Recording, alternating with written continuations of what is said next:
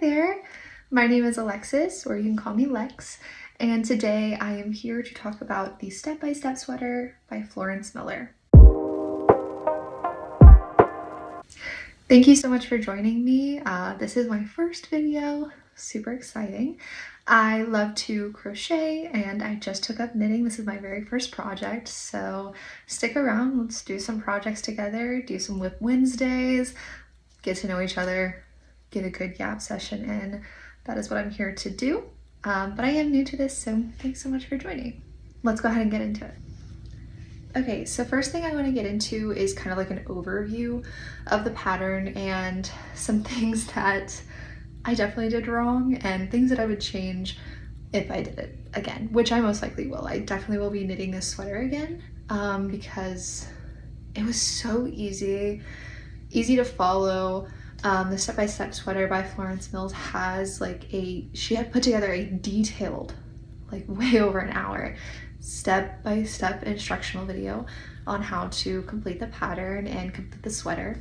Additionally, there is like a written out pattern, which my silliness did not use until I was already done with the collar, which is one of the regrets I'll get into.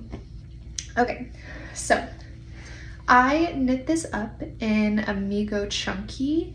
I did it in the shade color is 20. So it's this really beautiful navy blue color. I really like it. I've been trying to get more into wearing things that are in my season. I think I'm either a soft autumn or a soft summer. So, but I also heard that navy universally looks good on most seasons. So I went with that to start off with, since I'm not 100% sure what season I actually am. So anyways, long story short, that's what I knitted up in. I originally bought this yarn, the Amigo Chunky yarn, for another pattern that I had just found. I really love to just jump into things. I feel like sometimes that's the best way to learn. So I have never knit before. I started my crochet journey about this time last year, so I've been crocheting for about a year.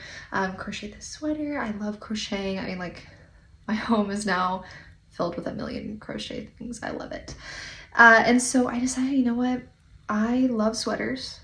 Honestly, they're 90% of what I wear, even when I'm going out, even in the summer. I love a sweater, I love a cardigan. So I decided, let me just jump in to knitting, see what I can do. So I found another sweater and it called for chunky yarn. I believe the pattern was actually on Etsy. And I didn't know until I started looking deeper into it that it was actually I'm not quite sure what they call it, an after the fact construction, you have to put it together, either sew it or crochet it together. And I didn't want to do that. Is it called paneled? Yeah. Anyways, I did not want to do that. I wanted to try a top down. I had just bought myself some interchangeable circular needles off of Amazon, a nice little set. So I wanted to do something where I could knit in the round. So I had already ordered the yarn by that time. It was already in a chunky yarn and I was looking for new patterns. Basically, I found the step-by-step video instruction by Florence on YouTube and I was like, you know what, I'm sure I can make this work. Even with chunky yarn, even though I think that the pattern calls for a worsted weight yarn or possibly a DK weight held with a mohair, something like that, I can't quite remember. I was like, you know what, let me just figure it out. So I actually went up in needle size. I used the recommended needle size for this yarn, which was a 7, I believe 7 millimeters. And then for the ribbing everywhere, I sized down a whole size and did 6 millimeters. So I kind of just did my own. I did use almost all the balls of yarn. I believe I bought 8 of them. And what I also did was I was originally going to make a large size pattern for whatever sweater I did, but because this was chunky yarn, I decided to do a medium size pattern and it worked out perfectly. So super excited with that. Next, I kind of want to talk about some of the things that I would change if I did this pattern again and again. This is nothing like to say against Florence's pattern. It was amazing and so thorough, and I'm so thankful that she took the time to sit down and film a step-by-step tutorial for people who are new to knitting. I think that's amazing and commendable, and it really, really helped me. I'm so thankful that it was there. So all of these issues are things that I would change about how I did it, because I kind of was just flying by the seat of my pants. And that's okay. Sometimes, like I said, you have to kind of jump in head first and you learn things and then you change them for next time. So one of the things that I would change is the collar. Please don't look too close at this ribbing. It's not very even. It was literally my first time knitting. Obviously it's a top-down sweater, so you're starting with the neckline.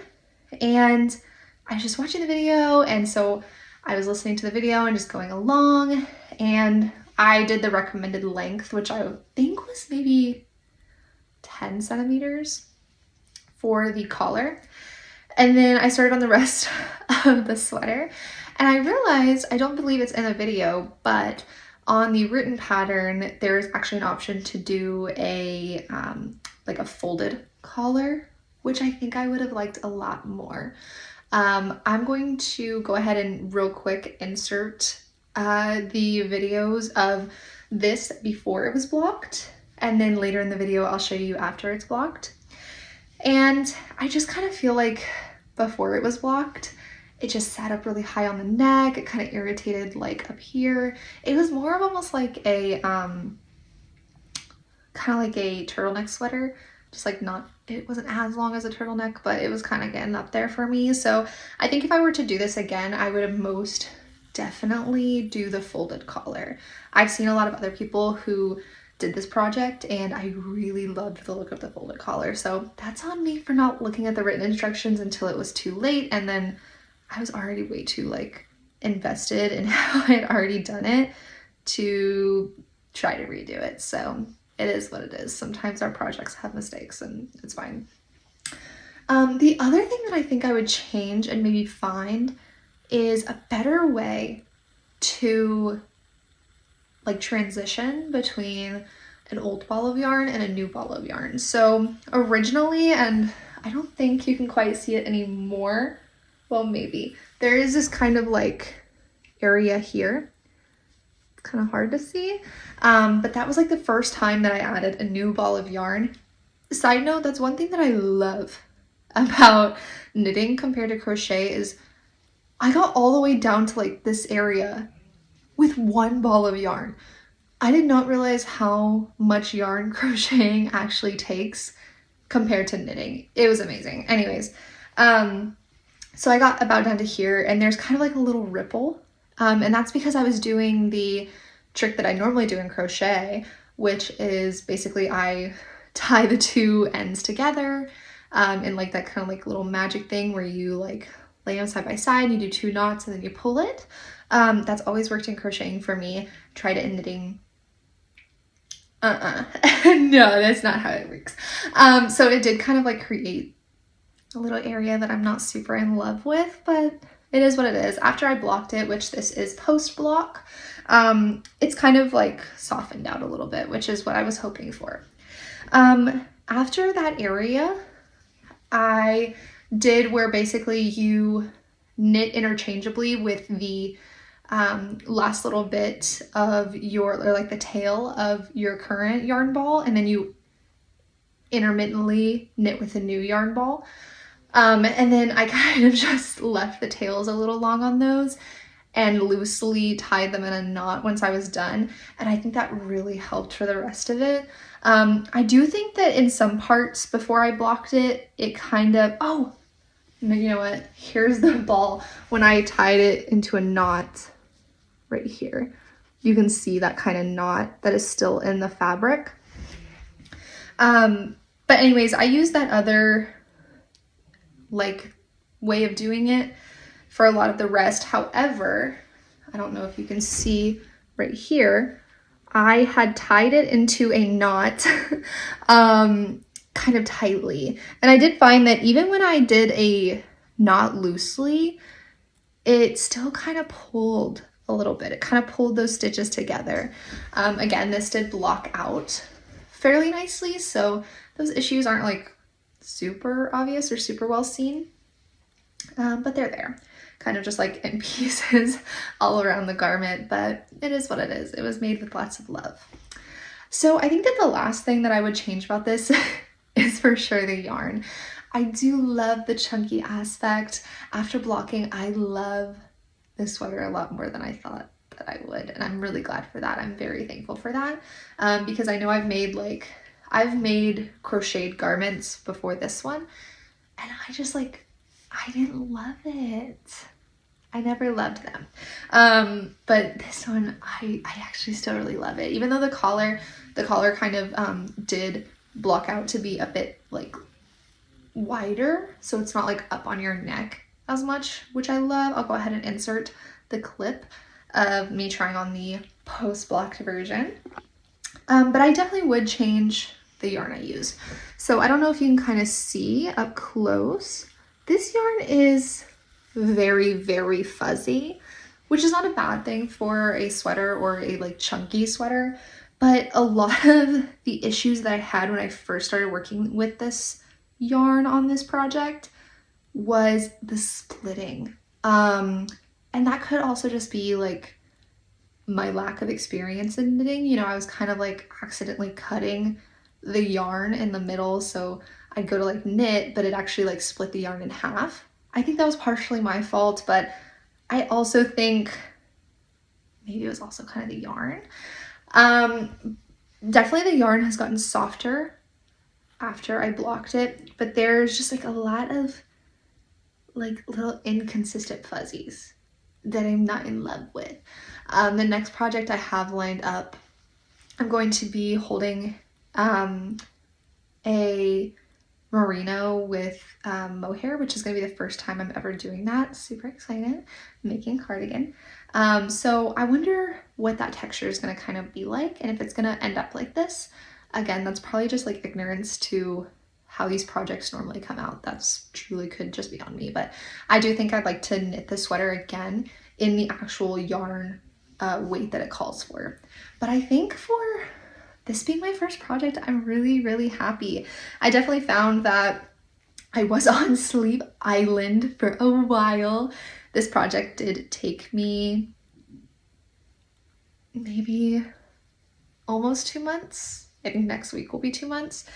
And that's just because some days I didn't work on it. I have a 9-to-5, so I unfortunately cannot knit all the time. And I also have been playing Stardew like no other. So sometimes certain hobbies just take the backseat for a little bit, and that's okay. You work at your own pace. For knitting an entire sweater, I'm really proud of myself, actually. I'm very proud that I finished this. I did find that my ribbing looks so much better close to the end, and you know, I definitely can tell that I learned a lot while making this sweater, and you can see it just comparatively.